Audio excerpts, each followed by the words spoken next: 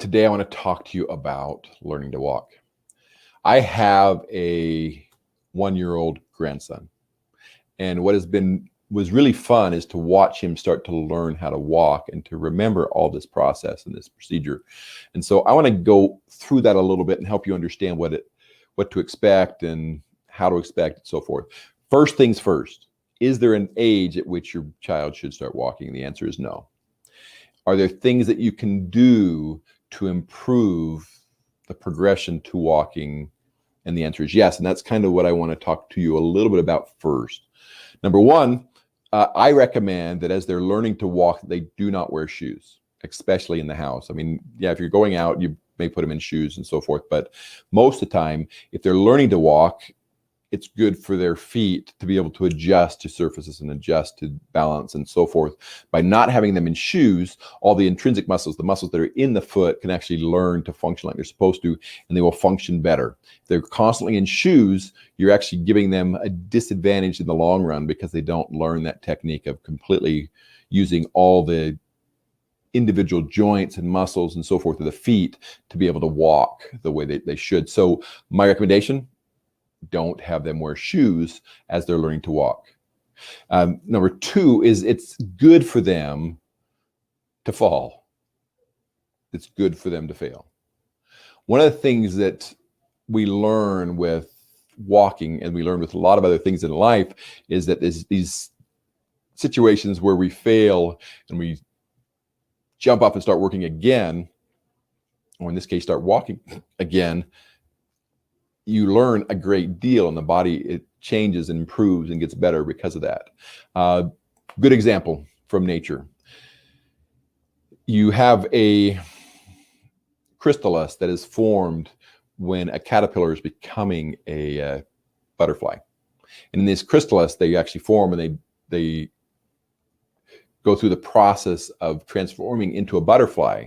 And then they have to break out of that chrysalis to be able to fly. The interesting thing is they ran a study, and in the study they actually helped the butterfly get out of that chrysalis, out of that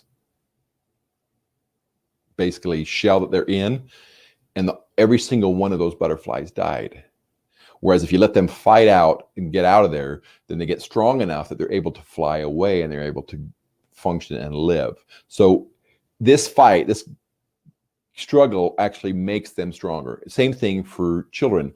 By allowing them to take the steps, by allowing them to pull themselves up onto a chair or pull themselves up onto the couch, allows them to get the strength they're ultimately going to need to balance, and they're going to need to walk. Same thing is, as they're walking, they're going to actually get that to function the way they're supposed to. So with a child, the progression is often initially they're going to push up. So if you're holding them, they'll push up in that. They progress a lot of times from that to pulling themselves up onto surfaces. And then they'll kind of start to move around on those surfaces. So they're pulling themselves up, and then they'll move, holding on to things.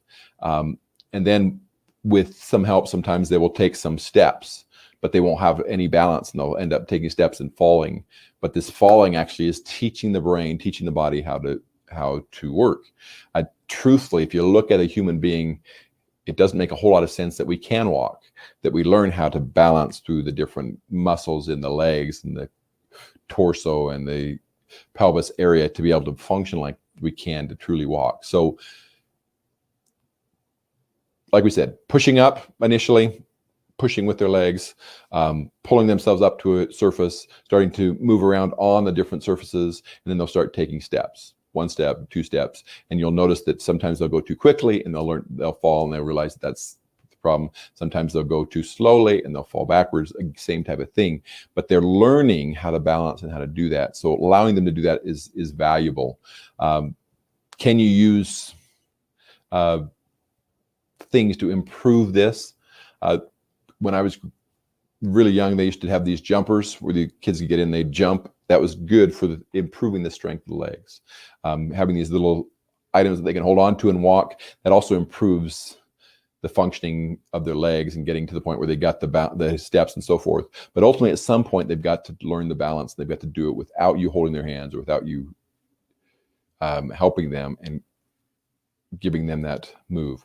Now, one of the things that you need to understand that a brain develops in this process, develops a reward process in this as well, where you get a dopamine hit when you cheer them on and say, oh, really, really good, great job. It does the exact opposite when you get really, really worried about them as they start to fall or so forth. But if you clap and allow them to get the reward, they will keep trying and keep doing, and they'll probably learn how to walk quicker. This is Dr. Brandt Gibson, and this is your Podiatry Tips Day. What is it? 375, learning how to walk. Goal being letting them progress, not having them wear shoes so they can actually develop the different motions of the foot, and rewarding them for attempts, cheering them on, being happy and not getting all nervous when they fall, because all of these will help them progress and start walking more quickly. This is Dr. Brandt Gibson. And if you'd like additional information on this, or you're saying, okay, I need to know if this is normal in my child, you can reach out to us at utahfootdoc.com and we can give you additional information. Thank you. We'll talk to you later. Have a great rest of your day.